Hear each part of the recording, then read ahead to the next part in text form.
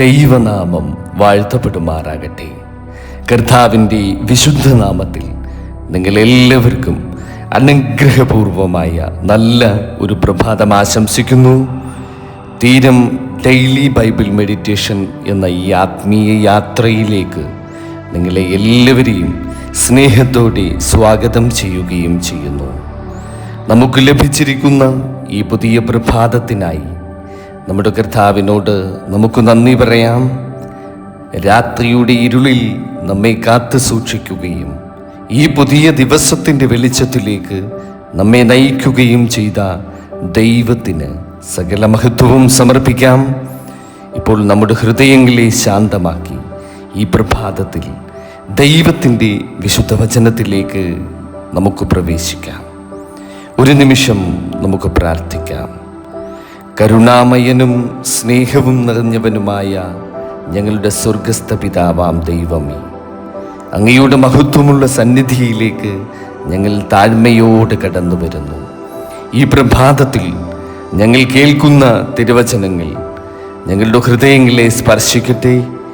ഞങ്ങളുടെ ചിന്തകളെയും തീരുമാനങ്ങളെയും ജീവിതയാത്രയെയും അങ്ങയുടെ വിശുദ്ധ ഇഷ്ടപ്രകാരം അവിടുന്ന് നടത്തണമേ.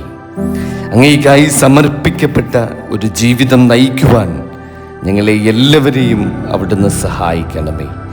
ഞങ്ങളുടെ കർത്താവായ യേശു ക്രിസ്തുവിൻ്റെ നാമത്തിൽ പ്രാർത്ഥിക്കുന്നു, ആമേൻ. ഇന്നത്തെ അനുദിന പ്രഭാത തിരുവചന വായന, തിരുവചന ധ്യാനം പുറപ്പാട് പുസ്തകം 27 അധ്യായം 1 മുതൽ 8 വരെയുള്ള തിരുവചന ഭാഗമാണ്. 5 മുഴം നീളവും 5 മുഴം വീതിയുമായി ഖദിരമരം കൊണ്ട് യാഗപീഠമുണ്ടാക്കണം. യാഗപീഠം സമചതുരവും 3 മുഴം ഉയരവുമായിരിക്കണം.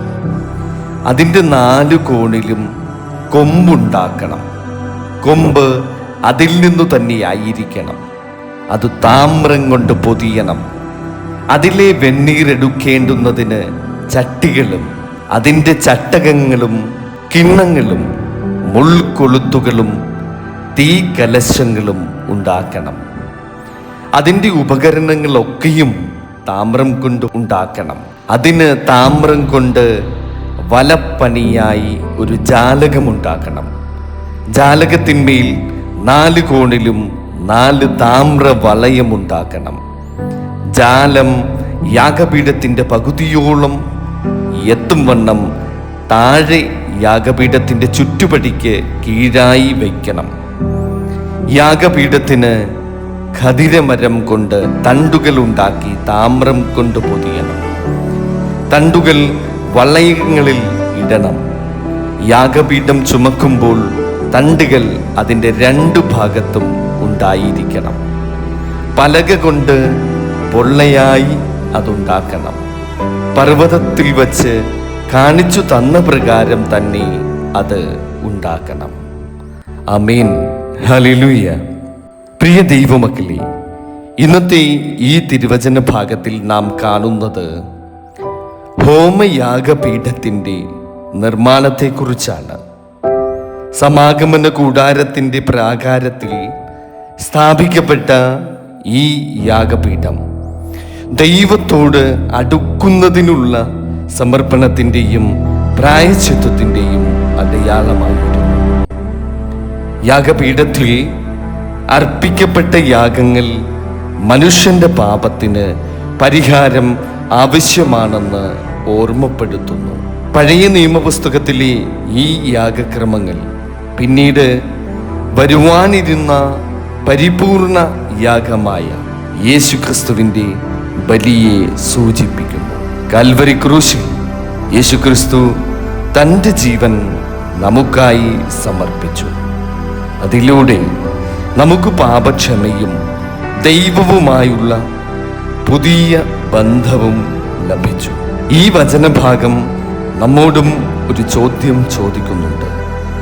നമ്മുടെ ജീവിതം ദൈവത്തിന് സമർപ്പിക്കപ്പെട്ട ഒരു യാഗപീഠമാണോ? ദൈവം നമ്മിൽ നിന്ന് വെറും ആചാരങ്ങൾ മാത്രമല്ല ആഗ്രഹിക്കുന്നത്, മറിച്ച് സ്നേഹത്തോടും വിശ്വാസത്തോടും അനുസരണത്തോടും കൂടിയ സമർപ്പിതമായ ഹൃദയമാണ് അവിടുന്ന് ആഗ്രഹിക്കുന്നത്. നമ്മുടെ സമയം, നമ്മുടെ കഴിവുകൾ, നമ്മുടെ കുടുംബം, നമ്മുടെ ജോലികൾ, നമ്മുടെ സ്വപ്നങ്ങൾ എല്ലാം ദൈവത്തിൻ്റെ കരങ്ങളിൽ സമർപ്പിക്കുമ്പോൾ അവിടുന്ന് അവയെ തൻ്റെ മഹത്വത്തിനായി ഉപയോഗിക്കും. ഇന്നത്തെ പ്രഭാതത്തിൽ നമ്മുടെ ഹൃദയത്തിൻ്റെ യാഗപീഠത്തിൽ അഹങ്കാരത്തെയും സ്വാർത്ഥതയെയും പാപത്തെയും വിട്ടുകൊടുത്ത് ദൈവത്തിനായി സമർപ്പിക്കപ്പെട്ട ഒരു വിശുദ്ധ ജീവിതം നയിക്കുവാൻ നമുക്ക് തീരുമാനിക്കാം.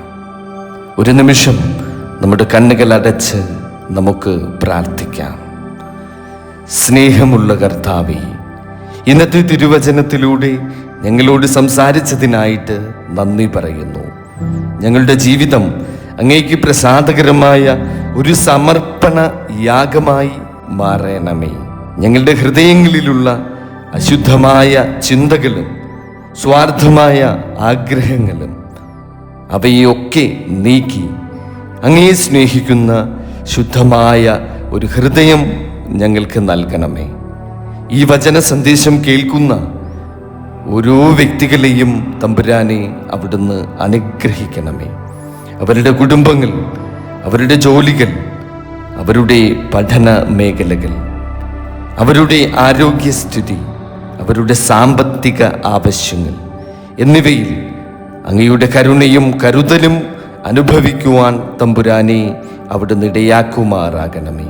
ഞങ്ങളുടെ ഇന്നത്തെ ദിവസം മുഴുവൻ അങ്ങയുടെ കൈകളിൽ സമർപ്പിക്കുന്നു. ഞങ്ങളുടെ രക്ഷിതാവായ യേശുക്രിസ്തുവിൻ്റെ നാമത്തിൽ പ്രാർത്ഥിക്കുന്നു. കൃപയോട് കേൾക്കണം പിതാവേ. ആമേൻ.